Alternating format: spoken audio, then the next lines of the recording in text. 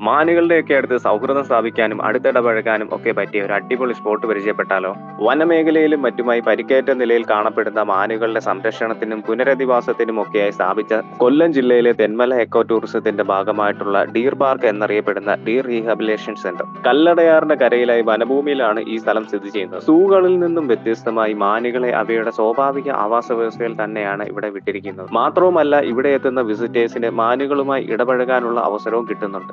50 രൂപയാണ് ഇവിടത്തെ entry fee. ഈ പൈസക്ക് ഇവിടെ മുതലാകുമോ എന്ന് ചോദിച്ചാൽ, പ്രകൃതിയെയും ജീവജാലങ്ങളെയും ഒക്കെ ഇഷ്ടപ്പെടുന്നവരാണ് നിങ്ങളെങ്കിൽ ഈ സ്ഥലം തീർച്ചയായും ഇഷ്ടപ്പെടും. മുതിർന്നവർക്കും ചെറിയ കുട്ടികൾക്കും ഒക്കെ ഉപയോഗിക്കാൻ കഴിയുന്ന പാർക്കും ചെറിയൊരു സ്നാക്സ് ബാറും വിശ്രമ കേന്ദ്രങ്ങളും എല്ലാം ഇവിടെയുണ്ട്. ഇന്ത്യയിലെ ആദ്യത്തെ പ്ലാന്റ് എക്കോ ടൂറിസം ഡെസ്റ്റിനേഷനായി 1998 തെന്മല എക്കോ ടൂറിസം ആരംഭിക്കുന്നത്. ഇതിന്റെ ഭാഗമായി 1999 ഇവിടെ ഒരു പുള്ളിമാനെ കൊണ്ടുവന്നു. കൃഷ്ണൻ എന്നായിരുന്നു അതിന് അവർ പേരിട്ടിരുന്നത്. അതിന്റെ ഒരു സ്മാരകവും ഇവിടെയുണ്ട്. ഫ്രണ്ട്സുമായും ഫാമിലിയുമായും ഒക്കെ വന്ന് സമയം സ്പെൻഡ് ചെയ്യാൻ പറ്റിയ ഒരിടമാണ് ഇവിടെ.